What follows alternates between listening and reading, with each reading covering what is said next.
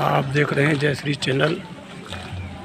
इस समय भागवत कथा का आयोजन ग्राम गोदावरी तहसील नदबी जिला राजस्थान से।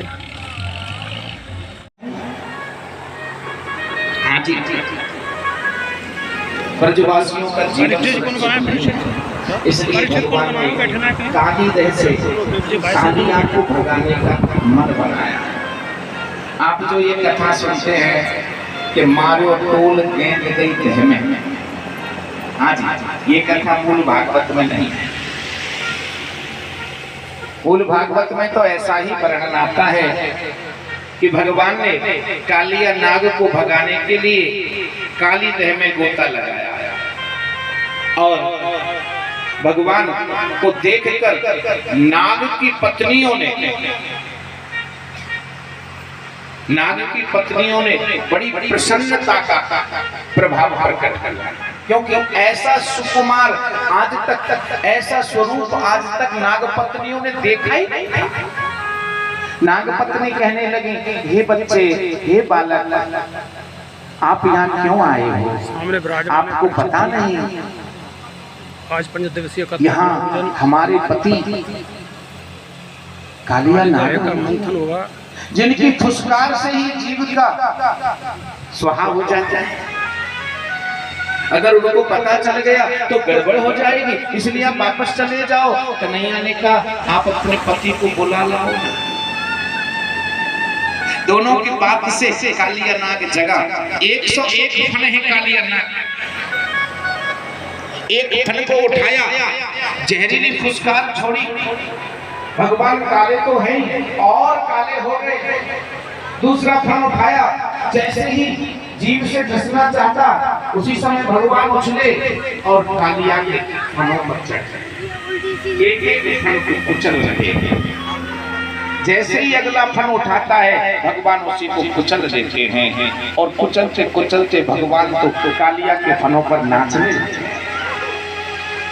आज कालिया नाग की पत्नियों को विश्वास हो गया कि सचमुच ये त्रिलोकी नाथ हैं और हाथ जोड़कर क्षमा मांगने लगे।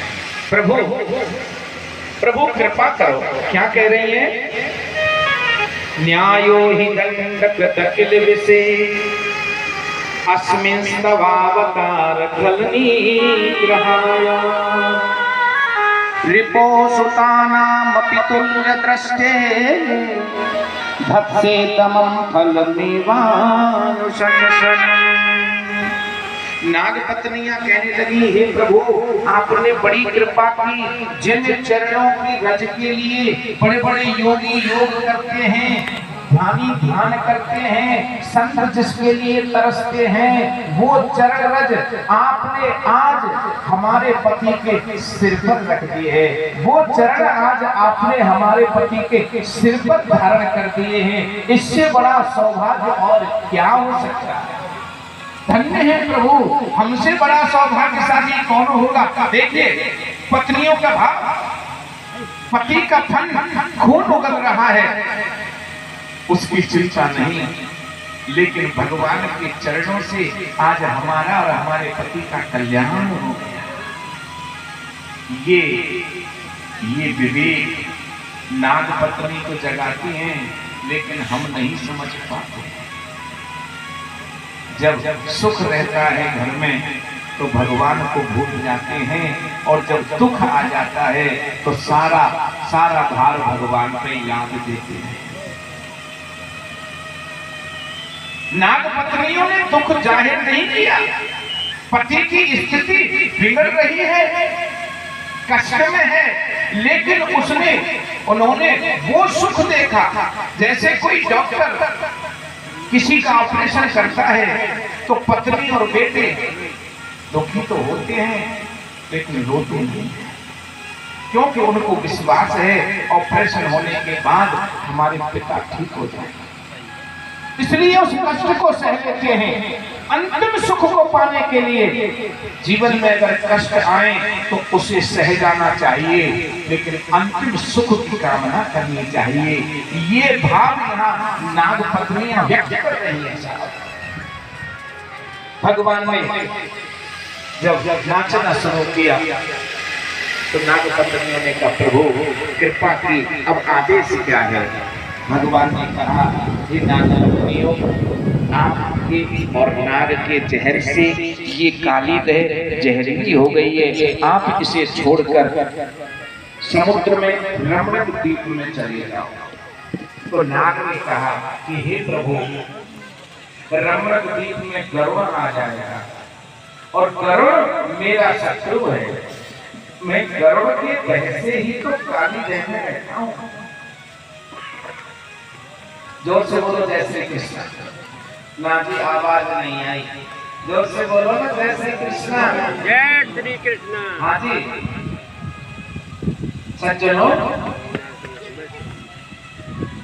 कश्यप ऋषि की 13 पत्नियां हैं, उनमें एक है कत्रु और दूसरी है बिलता। कालिया की मां का नाम है कत्रु और गरुड़ की मां का नाम है बिलता। बिलता बड़ी है और कत्रु छोटी है, लेकिन कत्रु बहुत चालाक है, इसलिए अपनी बड़ी बहन बिलता का बार बार अपमान कर देती है। एक दिन गरुड़ जी ने कालिया नाग से कहा कि गरुड़, वो कालिया, तेरी माँ मेरी मौसी कत्रु मेरी माँ से उम्र में छोटी है, फिर भी वो बार बार मेरी माँ का अपमान करती है, तू तेरी माँ को समझा दे। गरुड़ ने कालिया से कहा।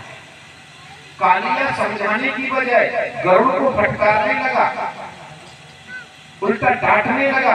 दोनों का युद्ध शुरू हुआ, क्योंकि कालिया में 101 नाग हैं, 101 फन हैं और कालिया नाग बल का घमंड करता है, लेकिन वो ये भूल गया कि गरुड़ का भोजन ही सर्प होता है। दोनों में भयंकर युद्ध हुआ और युद्ध हुआ तो गरुड़ का बल बढ़ने लगा, कालिया का बल थकने लगा।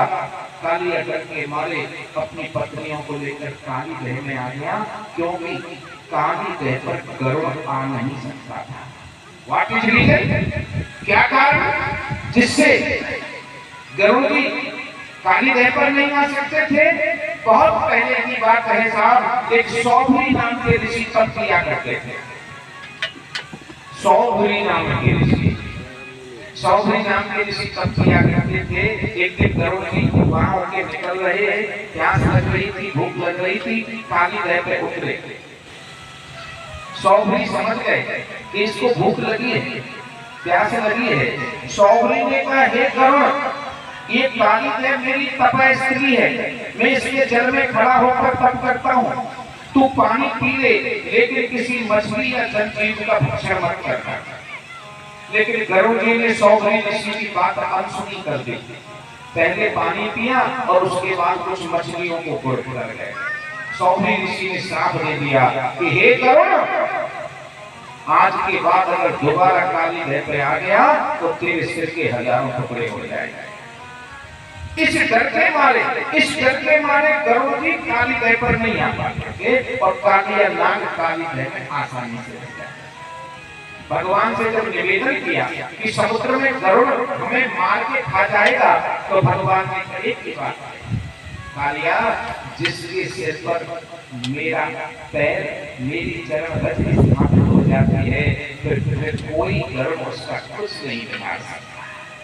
इस प्रकार भगवान की आज्ञा लेकर कालिया और कालिया नाग की पत्नी समुद्र में चली गई। मैं आपका ध्यान चाहता हूँ साहब, ये कालिया कौन है? ये तो कथा सुन ली, लेकिन कथा का व्यवहार में क्या प्रयोग करना है ये समझना बहुत जरूरी है, इसलिए ये टाइम बढ़ जाता है। मुझे पता है 4 बजने वाले हैं, लेकिन 5 बजे ही आपकी छुट्टी होगी। उससे पहले जोर से बोलो जय श्री कृष्ण, जोर से बोलो जय श्री कृष्ण, जय श्री कृष्ण। अब ये व्याख्या नहीं पहुंचाएंगे, ये जोड़ नहीं पहुंचाएंगे, तोड़ नहीं पहुंचाएंगे, तो कथा का साथ नहीं मिलेगा। Who is Kaliya? कालिया कौन है? ये काली दह क्या है? इसका हमारे जीवन से क्या संबंध है? इस बात पर गौर करना है। यमुना, काली दह यमुना से अलग नहीं है। यमुना कहते हैं भक्ति को। हाँ जी, यमुना नाम है भक्ति का। हम बचपन से भक्ति कर रहे हैं, बचपन से भक्ति कर रहे हैं, बचपन से दीपक ज्योत कर रहे हैं, बचपन से उपवास कर रहे हैं, बचपन से आरती कर रहे हैं, लेकिन आज भी हमारे आचरण में कोई चीज नहीं हुआ। हमें भगवान के दर्शन नहीं हुए, भगवान का अनुभव नहीं हुआ। हम आज भी भगवान की माया के बस में ही हैं और अज्ञानी व्यक्ति की तरह, जैसे अंधे व्यक्ति के कंधे पर दूसरा अंधा हाथ रख लेता है, अंधे ने वह अंधा नियंत्रे। आगे वाला अंधा समझता है कि पीछे वाले को दिख रहा है, और पीछे वाला अंधा समझता है कि आगे वाले को दिख रहा है, लेकिन दिख किसी को नहीं रहा। जैसे हमारे बुजुर्ग पूर्वज चलते चले गए, हम भी उसी प्रकार चलते चले जा रहे हैं और हमें भक्ति का लाभ नहीं मिल पा रहा। कारण हमने भक्ति को समझा ही नहीं है। यमुना में कालिया नाग रहता है और यमुना है भक्ति, और भक्ति को जहरीला बना दिया कालिया नाग ने। ये कालिया नाग क्या है? हमारी इंद्रिय और मन के द्वारा बार बार विषय भोगों का चिंतन करना ही कालिया नाग है। हमारे मन के द्वारा, हमारी इंद्रियों के द्वारा बार बार भोगों की इच्छा करना, बार बार भोग प्राप्त करने का भाव बनाना, यही कालिया नाग है। जब तक ये कालिया नाग नहीं मरेगा, तब तक भक्ति रूपी यमुना पवित्र नहीं होगी, और जब तक भक्ति रूपी यमुना पवित्र नहीं होगी, तब तक ये जीवन सफल नहीं होगा। इसलिए आज से कोशिश करिए, अपनी इंद्रियों को भोगों से हटाइए। खाई का क्या खाना था? अरे 50 वर्ष हो गए संसार के भोग मुंह में दांत नहीं है, लेकिन चना फोड़ना चाहता है। आंखों पर चश्मे लगे हैं, देखता नहीं है, लेकिन घूंघट के अंदर से सुंदर रूप देखना चाहता है। शरीर में क्षमता नहीं है, लेकिन मन उसी 18 वर्ष की ओर दौड़ना चाहता है। कब जगेगा ये विवेक, कब जगेगा ये भाव कि जीवन का लक्ष्य केवल भोग प्राप्ति नहीं है, जीवन का लक्ष्य ईश्वर प्राप्ति है। जय हो। कल करे सो आज कर, आज करे सो कल, और पल में प्रलय होएगी बहुत बड़ों। जोर से बोलो जय श्री कृष्ण। इसलिए अपनी इंद्रियों को भगवान के चरणों से जोड़ो। मानव तन का सदुपयोग बताया स्वामी महाराज ने। कार्तिक का महीना आ गया, कार्तिक का महीना सुनो, मैं तो मेरे डिस्टर्ब मत करो। गोपियों में यमुना में स्नान करने का मन होना है, क्योंकि सूर्य छात्री कार्तिक नाम है। पहले भगवान शिव को श्रावण महीना, श्रावण मास सबसे अच्छा लगता है। भगवान श्री राम को चैत्र मास सबसे अच्छा लगता है, और भगवान श्री कृष्ण को कार्तिक मास सबसे अच्छा लगता है। जोर से बोलो जय श्री कृष्ण। जय श्री कृष्ण। महाराज, हेमंते प्रथमे मासी नंद व्रज कुमारिका चेरोर्हवेश्यं भुञ्जाना कात्यायन अर्चन व्रतम। हेमंत ऋतु के प्रथम मास में और गोपियों ने यमुना में स्नान करना प्रारंभ किया। पहले स्नान करती हैं, फिर कात्यायनी मैया के मंदिर में पूजा करने जाती हैं, और वहां जाकर सबकी सब गोपियां एक ही वरदान मांगती हैं। सबका एक मन है। क्या वरदान मांगती हैं?